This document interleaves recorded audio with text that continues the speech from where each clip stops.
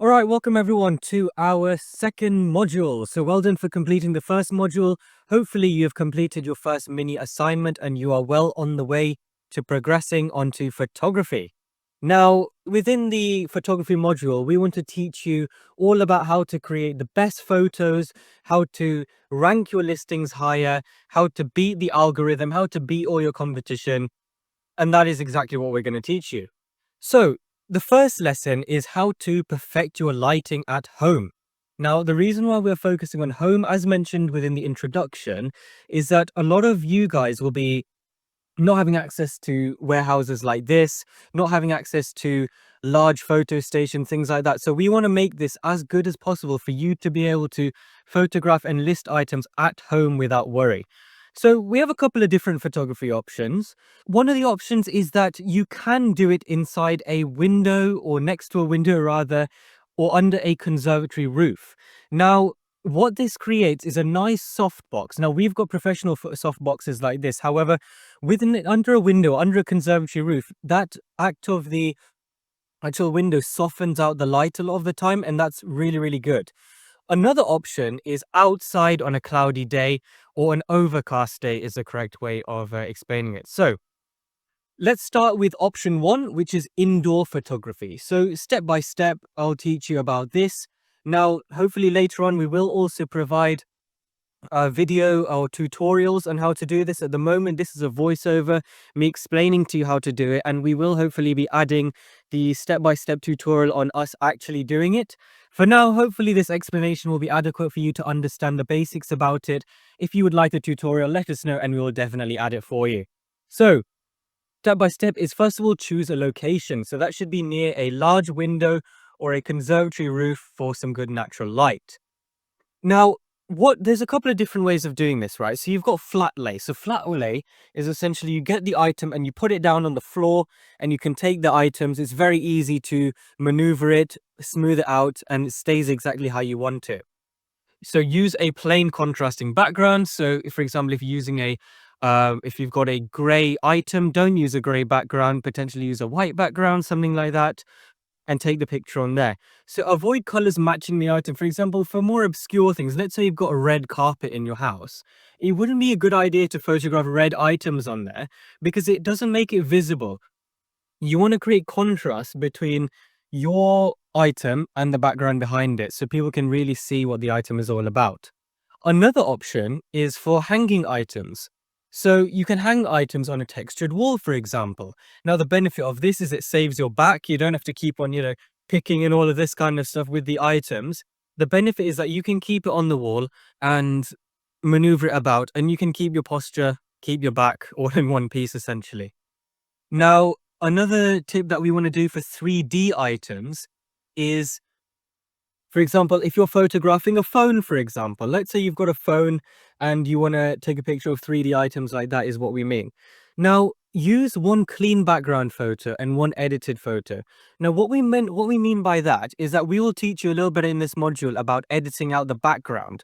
So within the 3D items, you want one item that has the background edited and one item without it being edited. Now, the benefit of that is that the item with the background removed will bring the buyer towards you, and the one without the background removed allows that 3D effect. So people can see the textures, the depth of the item, how thick it might be in comparison to other bits that you've got, for example, a nice wooden desk.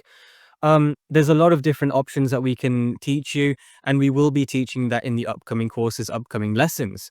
So top tips with this really brief lesson was experiment with lighting times. For example, is the morning better? Is midday better? Is, sunset better? Whatever is better for you, experiment and learn what is better for you. As mentioned, it's all about consistency. Pick times which are better for you. Before work, after work, what better is for you. Another big tip is remove clutter around. If you got stuff like keys and all of that lying around when you're trying to take pictures, it's not good at all. It doesn't create a professional look, and you just want to remove clutter. You want the focus to be your product. So that's a top tip there. Another option is outdoor photography, as mentioned. So instead of doing all indoors, for example, 3D items, all this that we mentioned, take pictures outside on an overcast day. Now, the benefit is that overcast days have soft lighting already. You don't need photo lights. It has the soft lighting already. The clouds do the softbox for you. And this creates no harsh shadows. This creates the most accurate photos you will have, because the buyer will buy the item and most likely they'll be wearing it out and about. It is the most accurate if you are photographing the item in the environment that they will be wearing it, if that makes sense. So make sure that you remember that part. So you can have flat lay on the floor. However, a con of this is that, if the floor is dirty, if you're doing outside in your garden, you're going to ruin the item. So just be mindful of the environment that you're photographing in.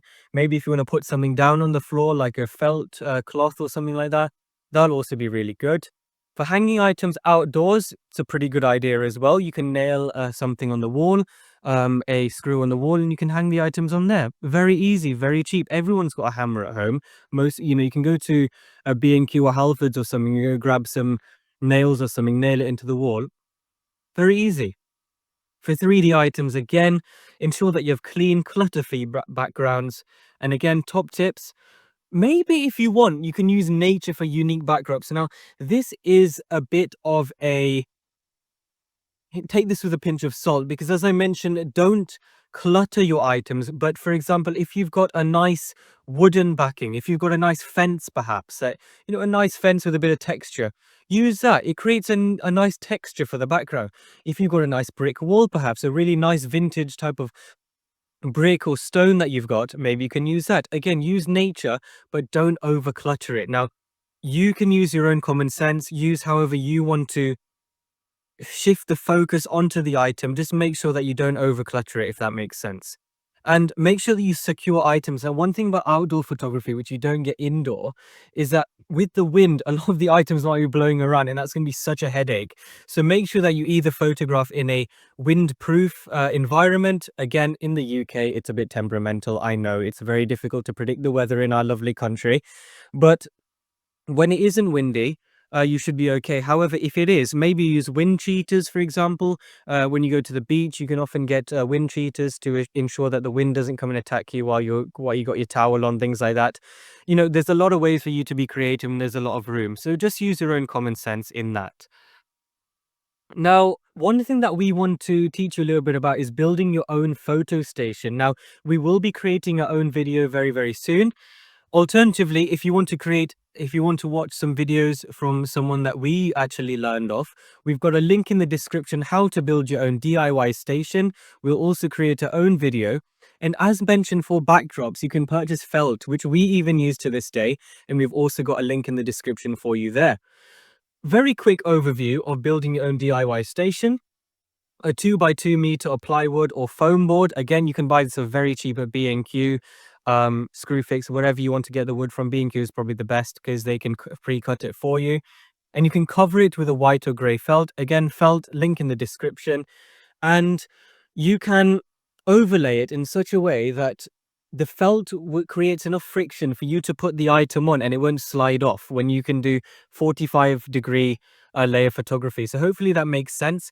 The video in the description will explain it a lot more to you. So have a look at that video and that will explain more about building your own photo station.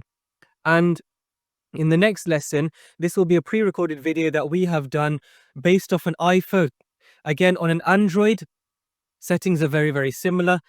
And we will teach you the exact settings that you should have on your smartphone to ensure that you have the best photos. So we'll see you in the next lesson, and we'll see you on the one after that.